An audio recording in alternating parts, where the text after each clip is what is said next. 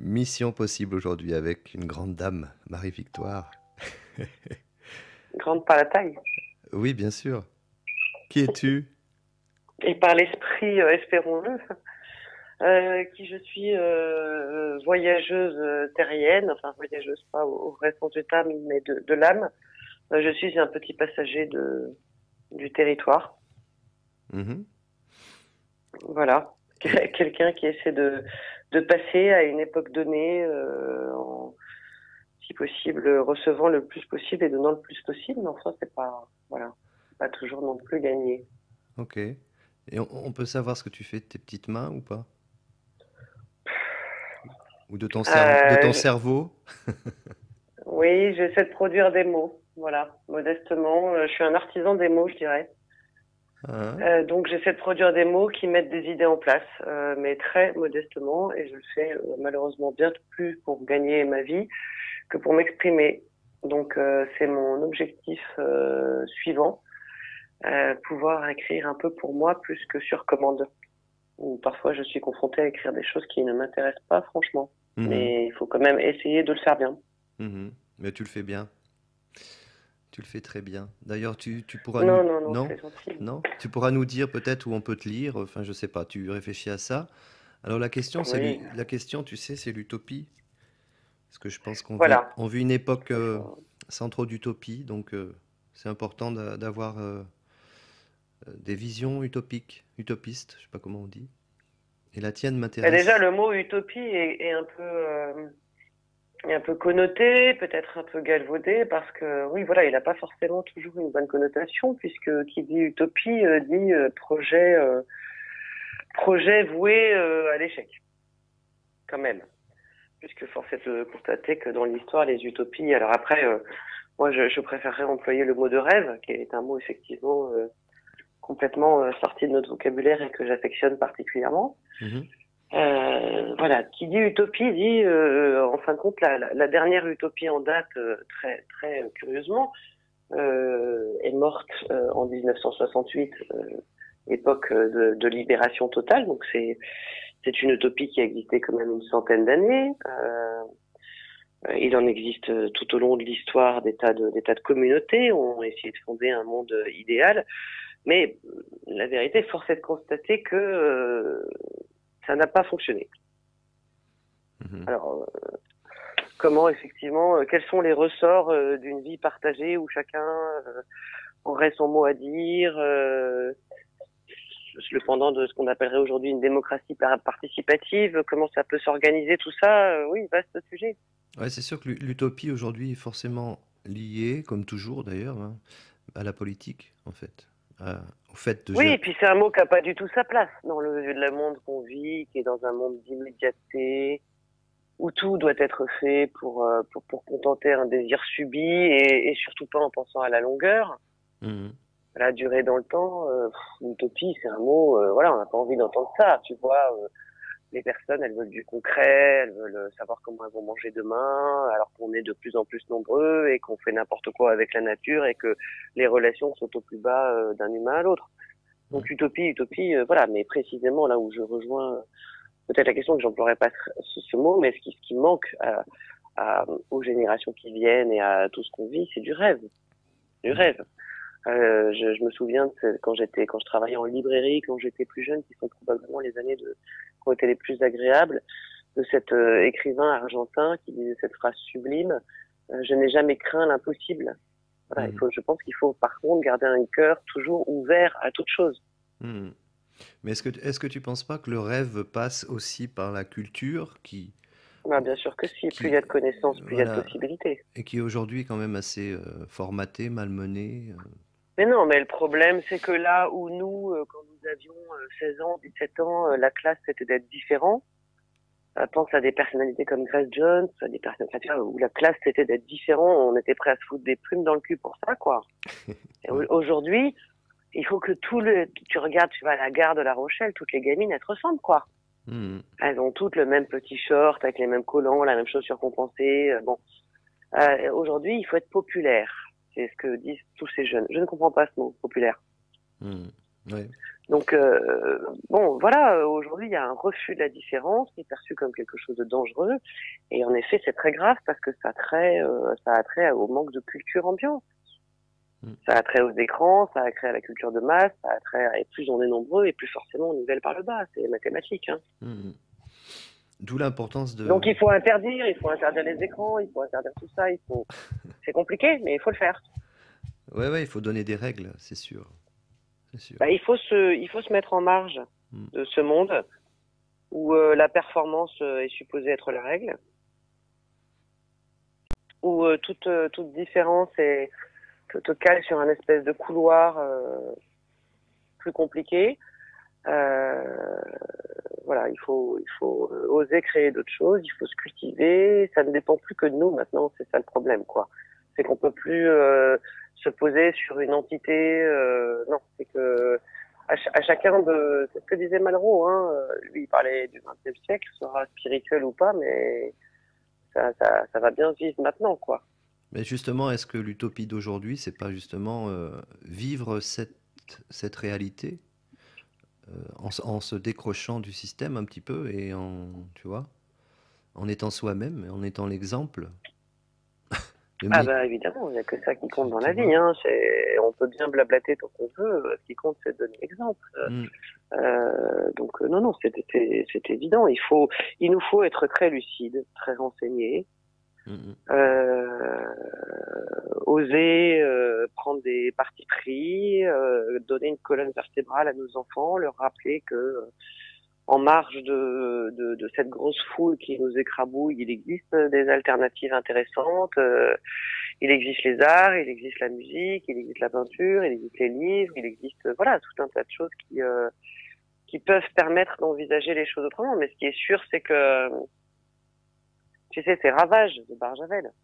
Mhm. Voilà, c'est le livre. Je viens d'acheter le 15e avant-hier parce que à chaque fois que je me l'achète, je trouve quelqu'un à qui l'offrir.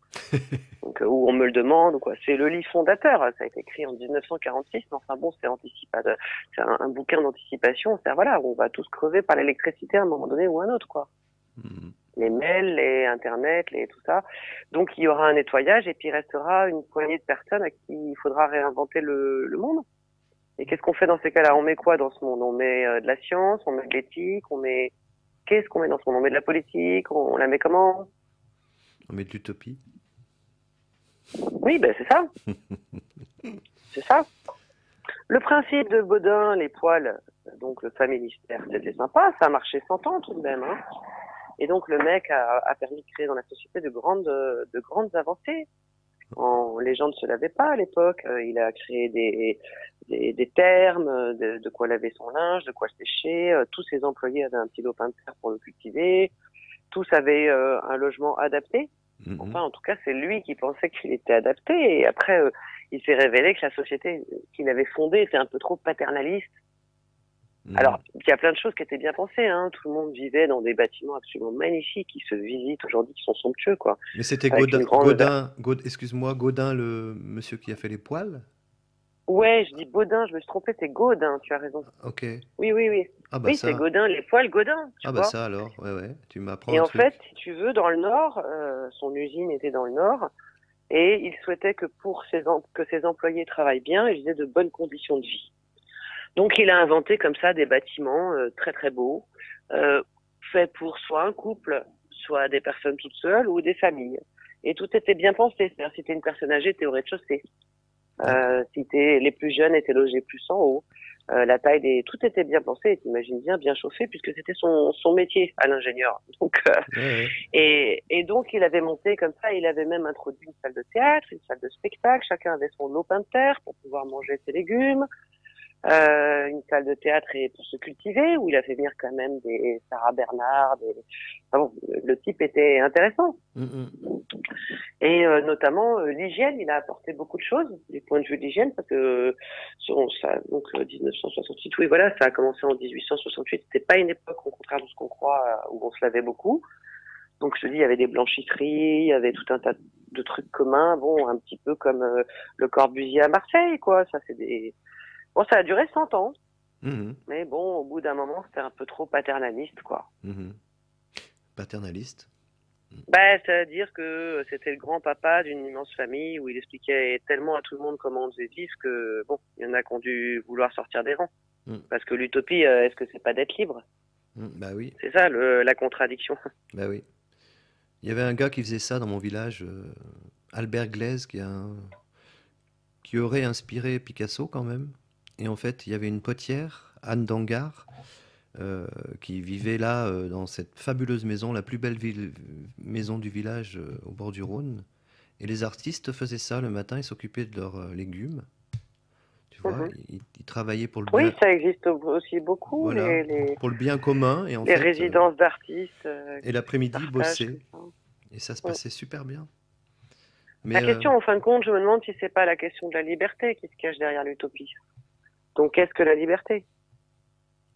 bah, la liberté, oui, c'est... Je pense que la liberté est une utopie, c'est-à-dire que la liberté, c'est de ne tenir dans la main de personne, de se ressembler profondément. Or, tous les jours, on est confronté à des situations où, à un moment donné ou à un autre, on se ressemble pas parfaitement parce qu'il faut bien accepter les contraintes d'une vie commune. Donc, est-ce que c'est pas finalement la liberté qui est une utopie? Mm. Et que c'est bien pour ça qu'à un moment donné ou un autre, tout système d'utopie retombe sur un cercle fermé, parce que bah voilà, à un moment donné, le brave Monsieur Godin, il avait beau être très bienveillant et penser à plein de choses, il est devenu trop un peu le papa de la famille, quoi. Mm. Et ce qui voudrait dire que être soi-même, est Ah bah impossible, c'est ça, est ben, c'est ce impossible que disait. à l'être humain. Non, c'est pas impossible, mais ça coûte cher. Ouais. Plus on se ressemble, plus ça coûte cher, mais c'est la plus grande de toutes les libertés. Moi, j'ai fait beaucoup de concessions dans ma vie. Mais en tout cas, une chose dont je suis sûre, c'est que je me sens libre. J'ai toujours fait exactement ou dit exactement ce que je pensais. Mm. Mais ça coûte très très cher. Hein. C'est Gabriel Maznev qui disait où le scandale, c'est d'être soi. Ah C'est ouais. évident, quoi. C'est ça Mm. le scandale aujourd'hui, c'est d'être soi. Oh, merci. Ça fait du bien d'entendre ça. Merci, Marie-Victoire. Mm. Bon, ton, Donc voilà. ton secret pour débrancher, c'est quoi? Ah, mon secret pour débrancher, c'est la phrase de mon Argentin. Je n'ai jamais craint l'impossible, c'est rester prête à toutes les rêveries. Et puis c'est aussi, c'est beaucoup la nature quand même. Hein. Je pense que de regarder la nature, c'est tout bête, mais quand on se dit qu'on peut assister à des magies, Mm. voilà. C'est stupide, hein, mais moi, voir un papillon, ça me donne toujours ce même sentiment de nouveauté, de me dire que ce truc-là était au ras de la terre en train de ramper et que c'est devenu un espèce de bazar qui se lève et qui vole et qui tout à coup donne à avoir une beauté magique. Je me dis que tout a été orchestré pour qu'il y ait une raison, pour que chacun puisse sentir à un moment donné ou à un autre qu'il est là pour une bonne raison Et et qu'il y a si, quelque chose à faire. et si l'être humain était comme ça, si on était pour l'instant dans la Terre en train de subir des coups de pelle, Oui, parce que je pense que c'est ça. Je pense tu que le vois? plus La important dans la vie, métaphore est c'est belle. l'élan. Je pense que le plus important dans la vie, c'est l'élan. L'élan, de conserver l'élan des choses. Et je pense qu'on est fort de ces fragilités. Donc, si ce que je dis est entendu, je conseille à tout le monde d'aller voir ce chorégraphe Ohad Naharin, encore vivant, Mister Gaga, le documentaire, et pour qui toute la théorie est que on est fort lorsqu'on sait chuter. Donc, il apprend à tous ses danseurs à chuter d'abord, à tomber. Parce que c'est de là qu'on est fort, et je pense que la vérité, elle est là, mais aujourd'hui, dans ce monde de performance, c'est compliqué d'admettre que de nos fragilités, on peut tirer les plus grandes forces. Et on serait plutôt dans une espèce de bataille de coudes à fous-toi là de côté que j'y passe, quoi. Mm. Mais la vérité, c'est que voilà, c'est de nos fragilités et que ce qui reste le plus important, c'est la réception et l'élan. Quand on sait se réceptionner, quand on sait prendre son élan, voilà, c'est le mouvement, c'est bien, c'est le mouvement qui compte.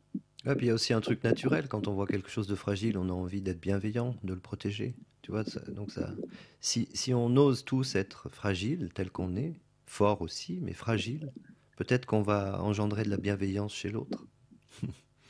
Ouais, enfin bon, moi ça je m'en fous un peu. Moi je me dis plus que si j'identifie mes fragilités, j'en serai d'autant plus forte. Après je cherche pas à inspirer la bienveillance. Oui, mais voilà, tu sais, moi je me fais pas trop d'illusions justement sur voilà, on sent les êtres bienveillants et ceux qui sont dans une logique de performance. Mm. Je crois que ça se sent finalement très vite. Hein. Oui, oui, mais cette logique de performance engendre des guerres, des tensions, des Oui, maladies. etc. Donc c'est encore, Ah, bien sûr. c'est encore un appel à l'utopie de la liberté, d'être Oui, soi-même, c'est-à-dire fort, fragile, d'être un c'est être ça. humain, quoi. Voilà. Mm, Mhm. mm. Bon, alors est-ce que tu as un souhait pour le monde, pour toi, pour tes enfants, je sais pas. Eh ben, un peu de bienveillance, justement.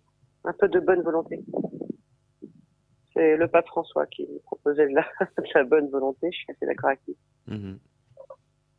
Et puis d'après ce que j'entends, Tourner sur des projets d'envergure, quoi. Il faut toujours penser large, grand. Il faut pas penser autour de son doigt de pied. Voilà, c'est les projets qu'on doit avoir doivent tenir sur la longueur, doivent concerner tout le monde. Il faut voilà englober comme ça le monde tel qu'il évolue et cesser de penser à une échelle ridicule de confort, voilà, de confort de territoire. euh, écoute, merci, c'est essentiel tout ce que tu as Voilà, dit. grand prophète. Tout ce que... Grand prophète. C'est essentiel tout ce que tu as dit. Je t'en remercie vraiment du fond du cœur, là. Franchement, Bah, écoute, je t'en prie et puis j'espère que ça va et, résonner chez plein de monde, plein de à, gens. Et je crois que oui. à ton service, chef. Donc, Des bises. je vais appuyer sur stop et je te dis au revoir hors antenne. Ok? Oui, oui. Mission possible avec Marie-Victoire Vergniaud. Merci.